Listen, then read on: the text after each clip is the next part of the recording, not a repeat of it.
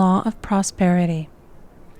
Yea, the Almighty shall be thy defense, and thou shalt have plenty of silver.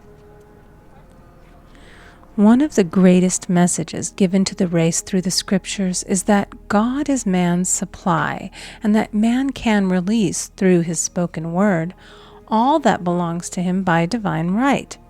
He must, however, have perfect faith in his spoken word. Isaiah said, "My word shall not return unto me void, but shall accomplish that whereunto it is sent." We know now that words and thoughts are a tremendous vibratory force, ever molding man's body and affairs. A woman came to me in great distress and said she was to be sued on the 15th of the month for $3,000. She knew no way of getting the money and was in despair. I told her that God was her supply and that there is a supply for every demand. So I spoke the word. I gave thanks that the woman would receive $3,000 at the right time in the right way. I told her she must have perfect faith and act her perfect faith. The 15th came, but no money had materialized. She called me on the phone and asked what she was to do. I replied, "It is Saturday, so they won't sue you today. Your part is to act rich, thereby showing perfect faith that you will receive it by Monday." She asked me to lunch with her to keep her courage. When I joined her at a restaurant, I said, "This is no time to economize. Order an expensive luncheon and act as if you have already received the $3,000. All things whatsoever ye ask in prayer, believing ye shall receive."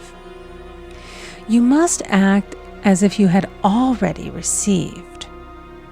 The next morning she called me on the phone and asked me to stay with her during the day. I said, "No, you are divinely protected and God is never too late." In the evening she phoned again, greatly excited, and said, "My dear, a miracle has happened.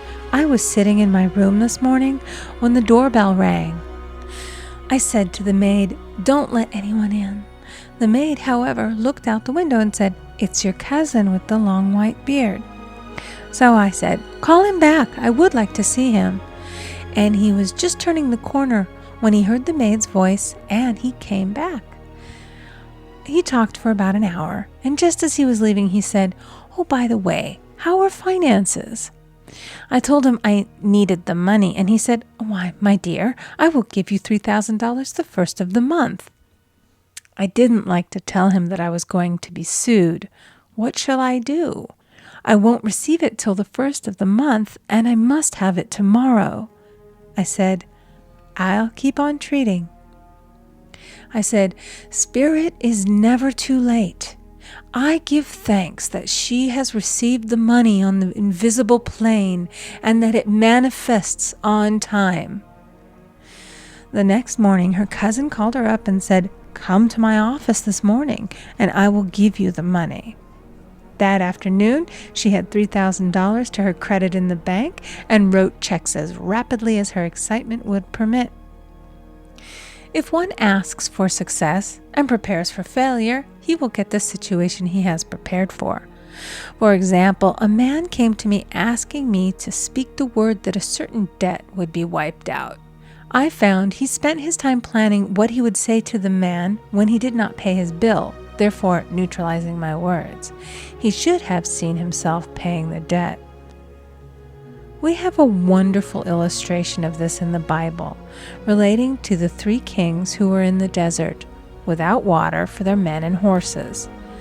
They consulted the prophet Elisha, who gave them this astonishing message. "Thus saith the Lord, Ye shall not see wind, neither shall ye see rain, yet make this valley full of ditches." Man must prepare for the thing he has asked for when there isn't the slightest sign of it in sight. For example, a woman found it necessary to look for an apartment during the year when there was a great shortage of apartments in New York. It was considered almost an impossibility, and her friends were sorry for her and said, "Isn't it too bad? You'll have to store your furniture and live in a hotel." She replied, "You needn't feel sorry for me. I'm a Superman, and I'll get an apartment."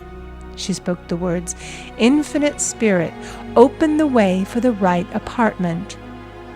She knew there was a supply for every demand, and that she was unconditioned, working on the spiritual plane, and that one with God is a majority. She had contemplated buying new blankets when the tempter, the adverse thought or reasoning mind, suggested, "Don't buy the blankets. Perhaps after all, you won't get an apartment and you will have no use for them." Promptly she replied to herself, "I'll dig my ditches by buying the blankets." So she prepared for the apartment, acted as though she already had it. She found one in a miraculous way, and it was given to her although there were over 200 other applicants.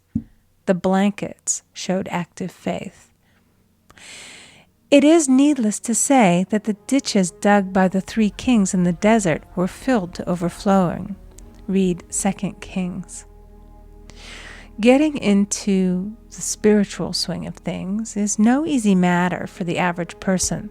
The adverse thoughts of doubt and fear surge from the subconscious. They are the army of the aliens, which must be put to flight.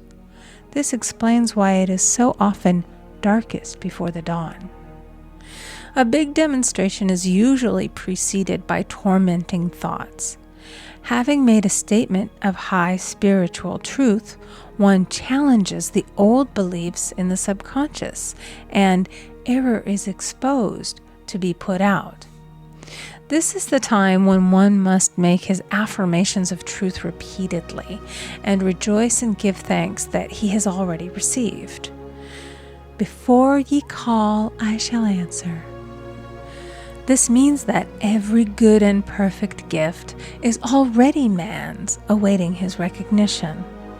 Man can only receive what he sees himself receiving. The children of Israel were told that they could have all the land they could see.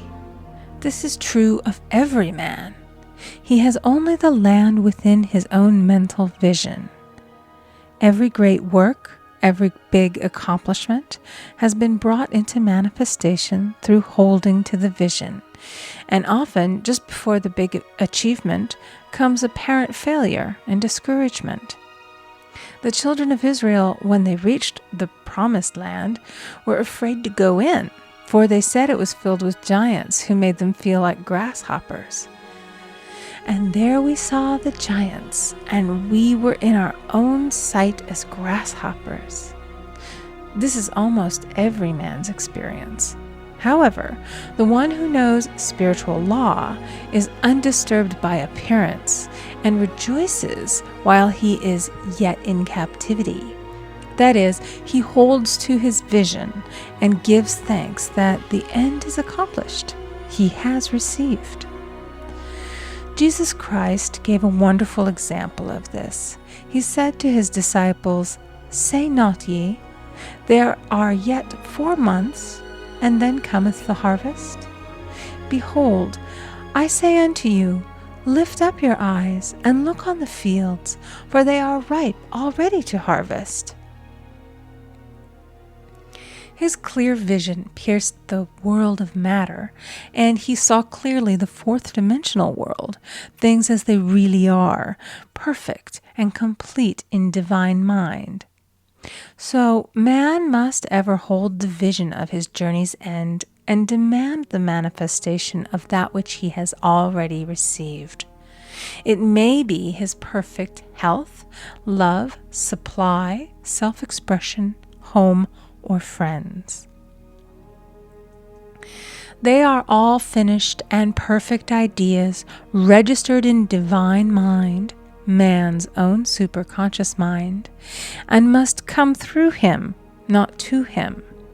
For example, a man came to me asking for treatments for success. It was his imperative that he raise, within a certain time, $50,000 for his business. The time limit was almost up when he came to see me in despair. No one wanted to invest in his enterprise, and the bank had flatly refused a loan.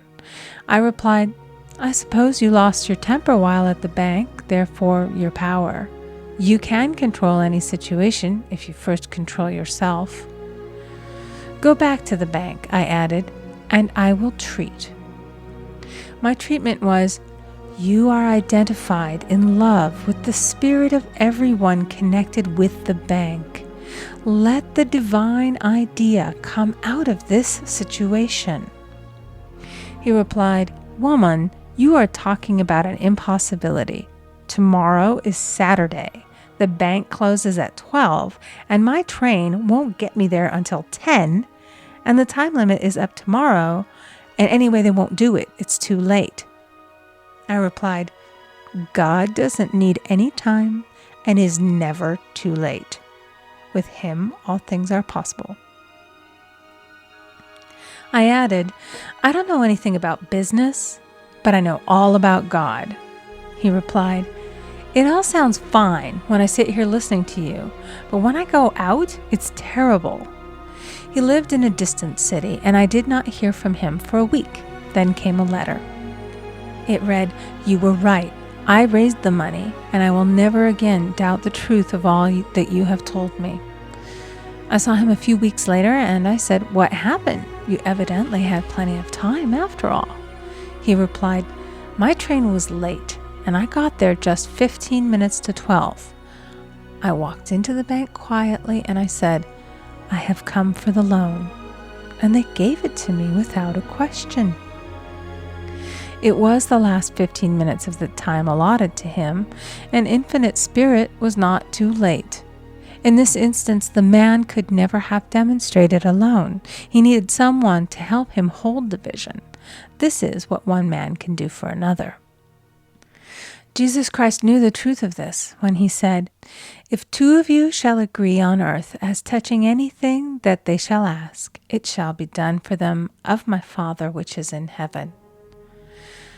One gets too close to his own affairs and becomes doubtful and fearful.